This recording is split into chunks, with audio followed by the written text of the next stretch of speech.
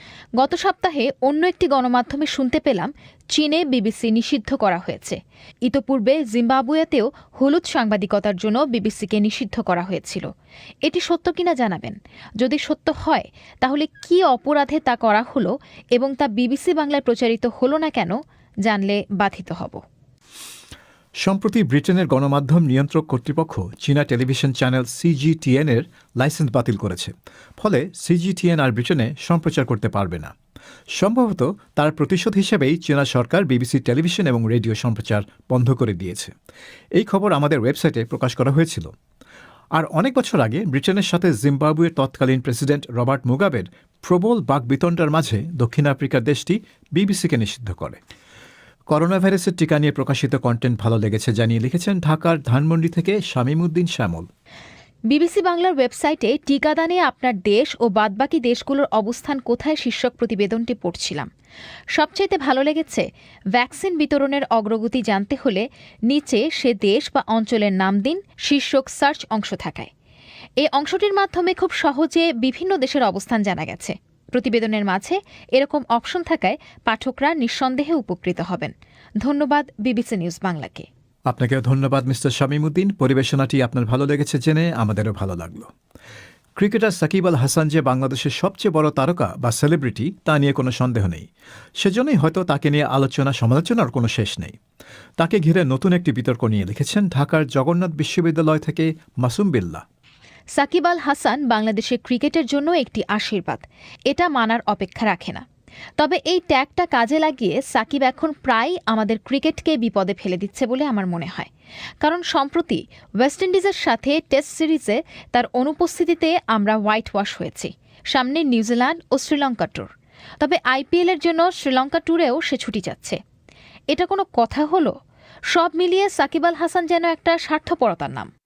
আপনি সাকিব আল হাসানের বড় ফ্যান, সেজন্যই হয়তো এত রাগ করেছেন। কিন্তু দলকে রক্ষা করার সব দায়িত্ব তার ঘাড়ে চাপাচ্ছেন কেন? অন্যরা কি করছে? দলের যে 11 জন ওয়েস্ট ইন্ডিজের বিরুদ্ধে খেলেছে তাদের ব্যর্থতার কারণেই তো বাংলাদেশ হোয়াইট ওয়াশ হয়েছে।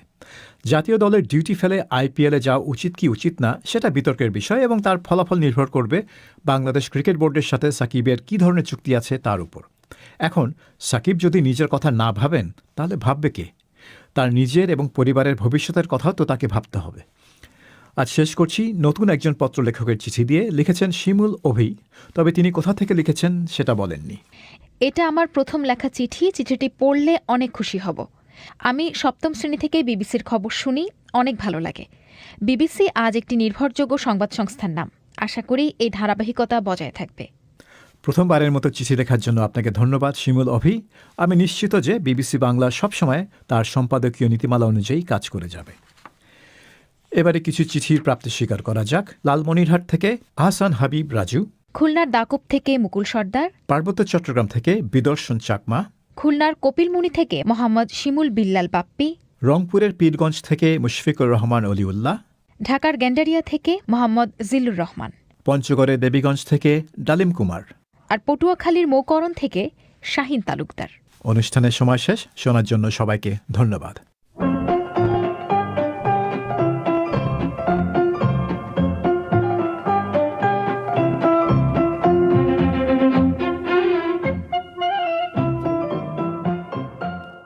আপনাদের চিঠিপত্রের জবাব দিলেন বিবিসি বাংলার সম্পাদক সাবির মোস্তফা।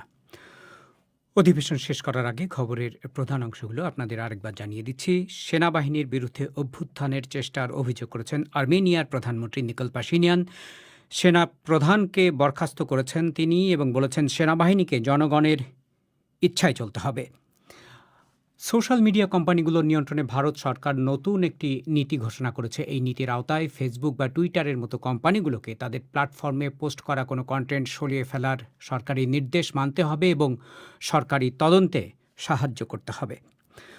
পদ্মা সেতু প্রকল্পের চীনা ঠিকাদারি প্রতিষ্ঠানটি বলছে যে সরকারের কাছ থেকে সময় মতো টাকা না পাওয়ায় তারা তহবিল সংকটে পড়েছে।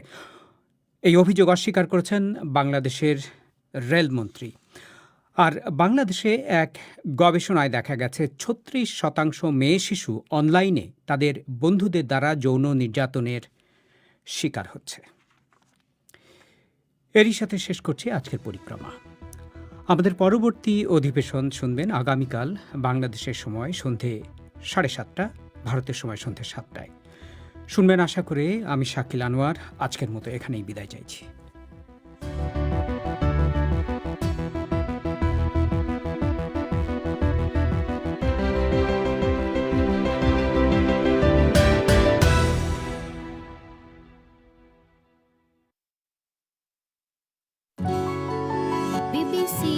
This is the BBC. There are no programmes on this channel at present. Details of all our services are at bbcworldservice.com.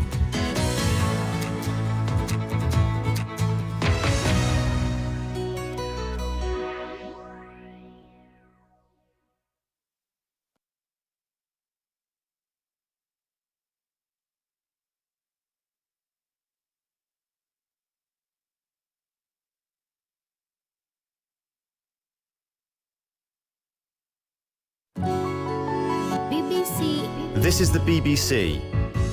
There are no programmes on this channel at present. Details of all our services are at bbcworldservice.com.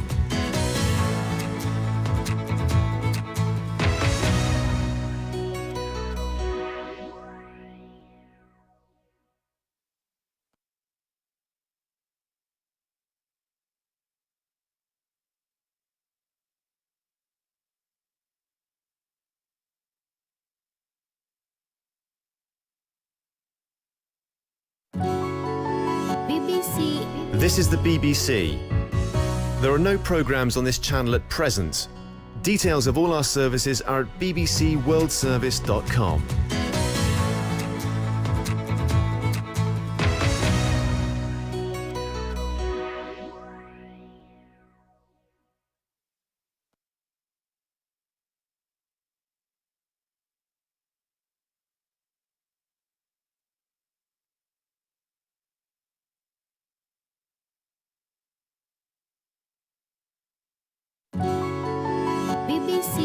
This is the BBC. There are no programmes on this channel at present. Details of all our services are at bbcworldservice.com.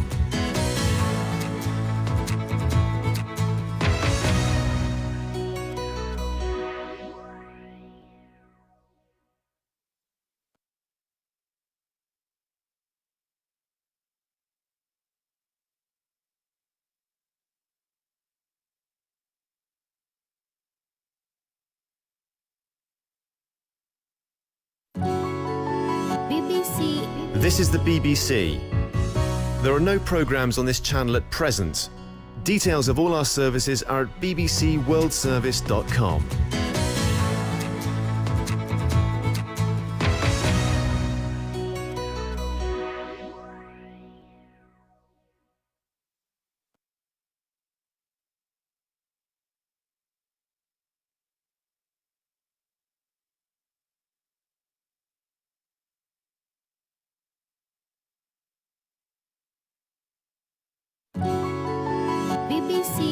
This is the BBC. There are no programmes on this channel at present. Details of all our services are at bbcworldservice.com.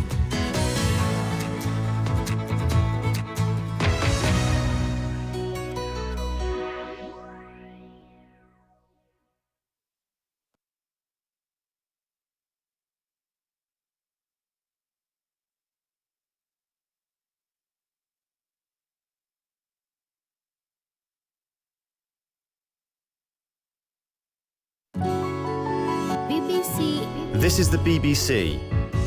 There are no programmes on this channel at present. Details of all our services are at bbcworldservice.com.